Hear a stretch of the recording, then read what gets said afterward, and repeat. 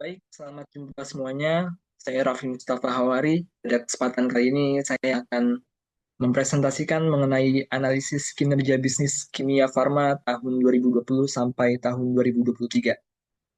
Baik, langsung saja.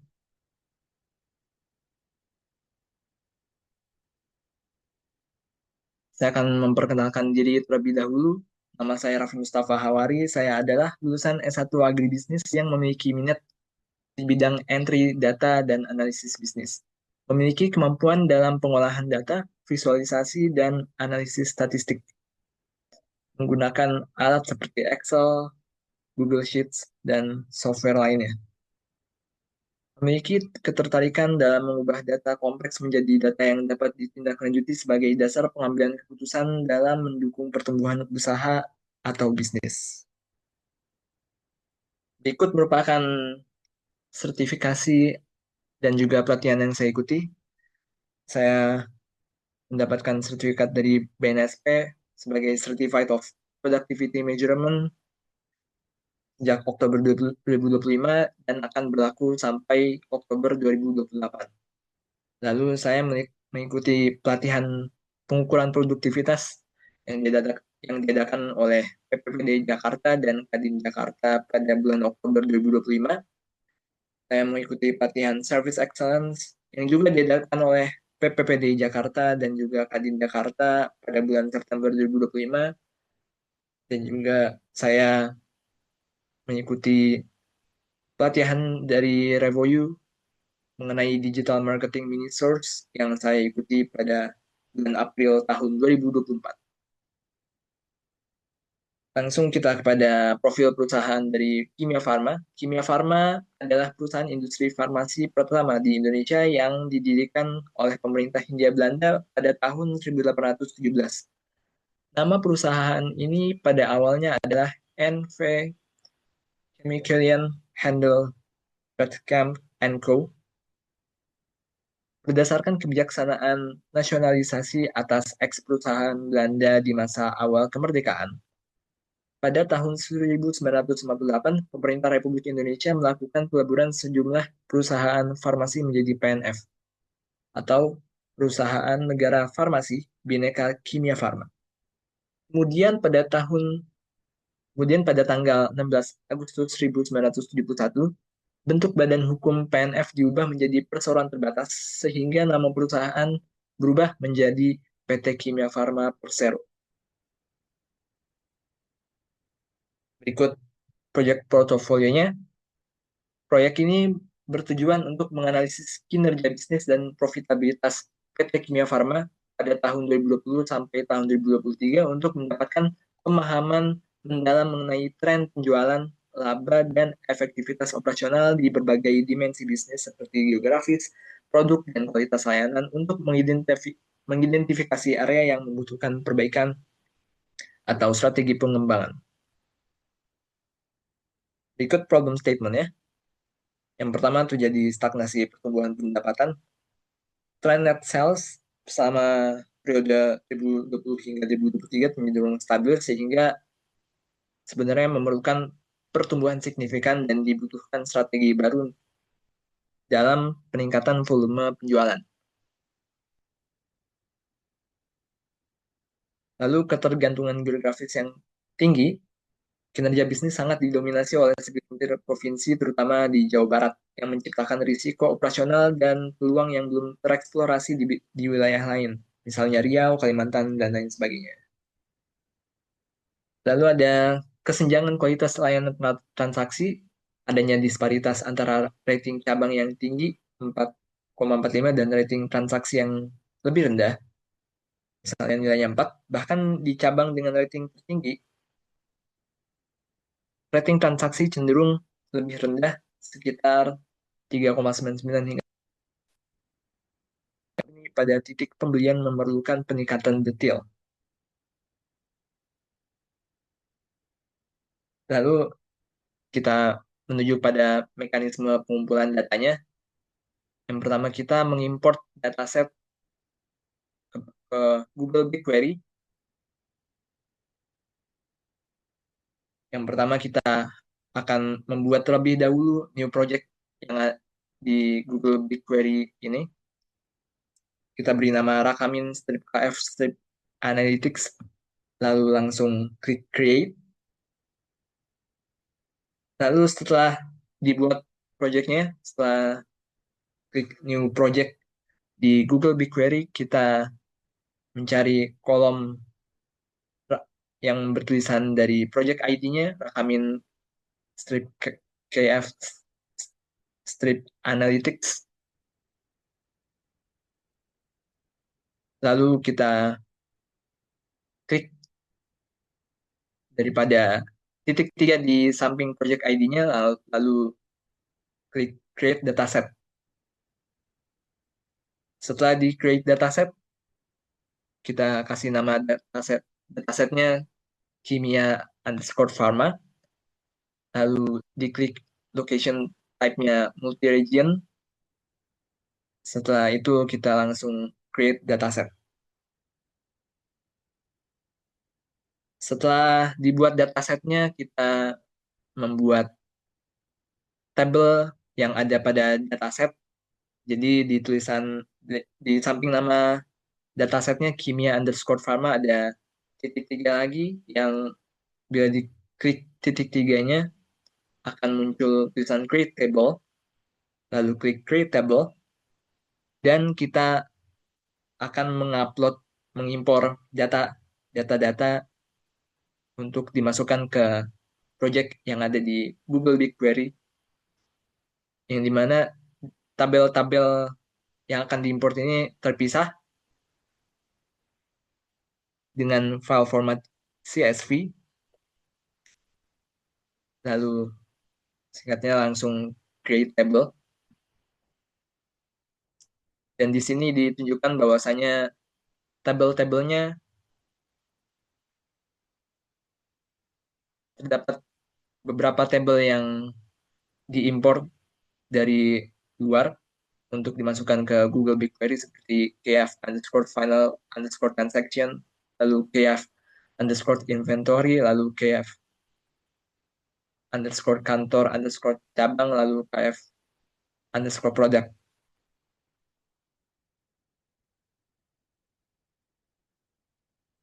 Di sini akan dibuat tabel analisanya, yaitu adalah penggabungan dari tabel-tabel yang di beberapa tabel yang diimpor dari luar untuk dijadikan satu di dalam Google BigQuery dan akan menjadi tabel analisa. Jadi tabel analisa ini data-data yang tersebar disatukan menjadi tabel analisa dengan menginput sintaks query di project Google BigQuery. Dan berikut merupakan BigQuery sintaksnya. Di sini dimension, di sini kita buat tabelnya terlebih dahulu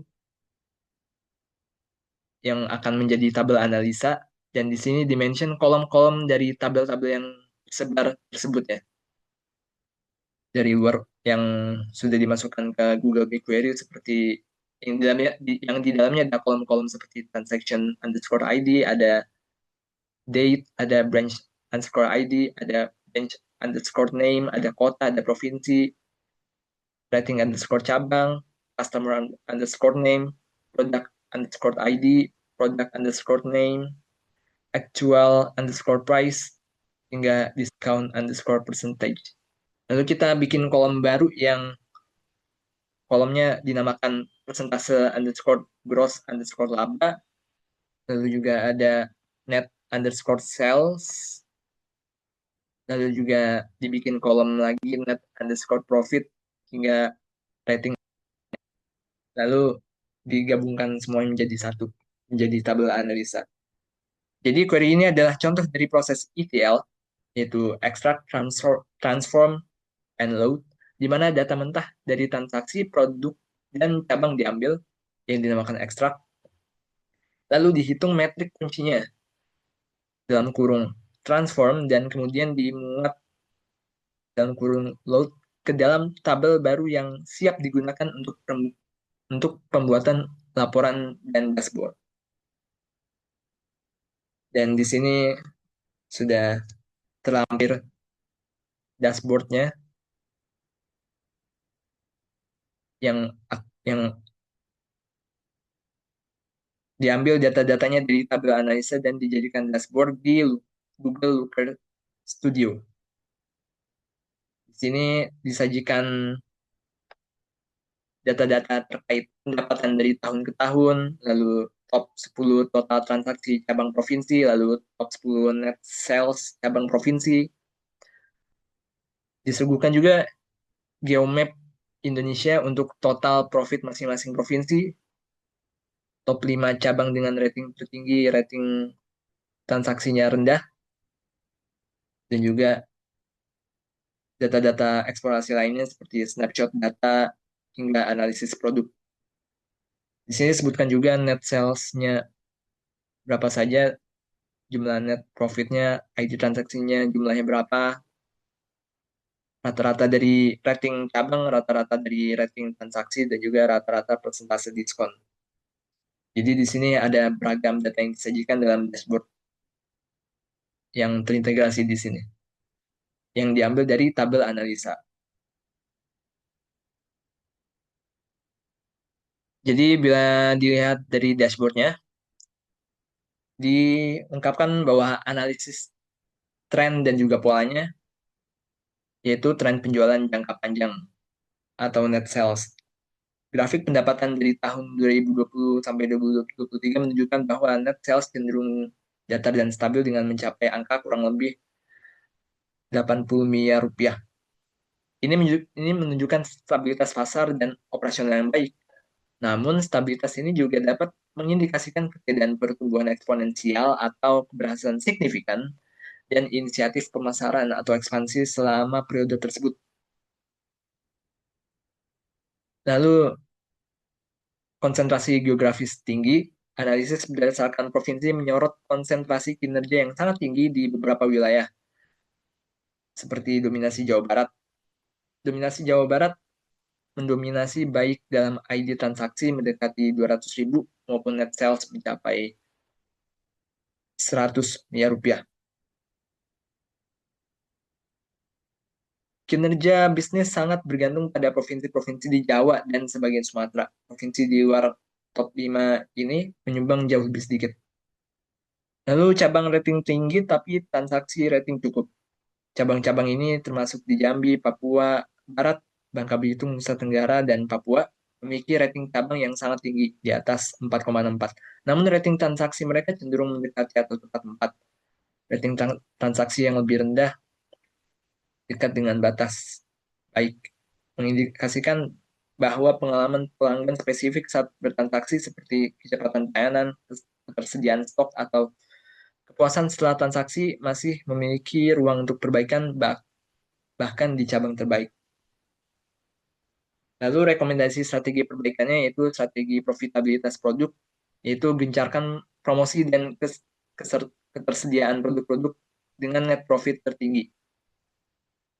Lalu lakukan negosiasi dengan supplier atau tinjau kembali strategi harga untuk produk low profit agar net profitnya meningkat tanpa kehilangan volume transaksi.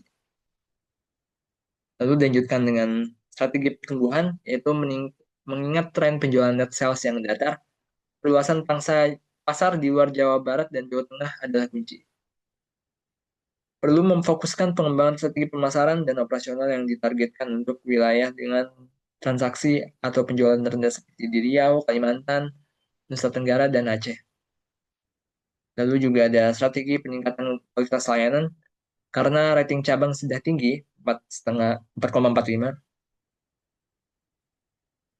Fokus perbaikan harus beralih ke rincian di level transaksi atau rating transaksi rata-rata 4. Berikan pelatihan yang berfokus pada efisiensi proses transaksi, penanganan keluhan, dan product knowledge yang mendalam agar pengalaman pelanggan saat membeli menjadi lebih lancar dan mendapat rating yang mendekati rating cabang, yaitu di atas 4,5. Baik, eh, sekian dari presentasi mengenai analisis kinerja bisnis kimia farma tahun 2020 sampai 2023. Terima kasih.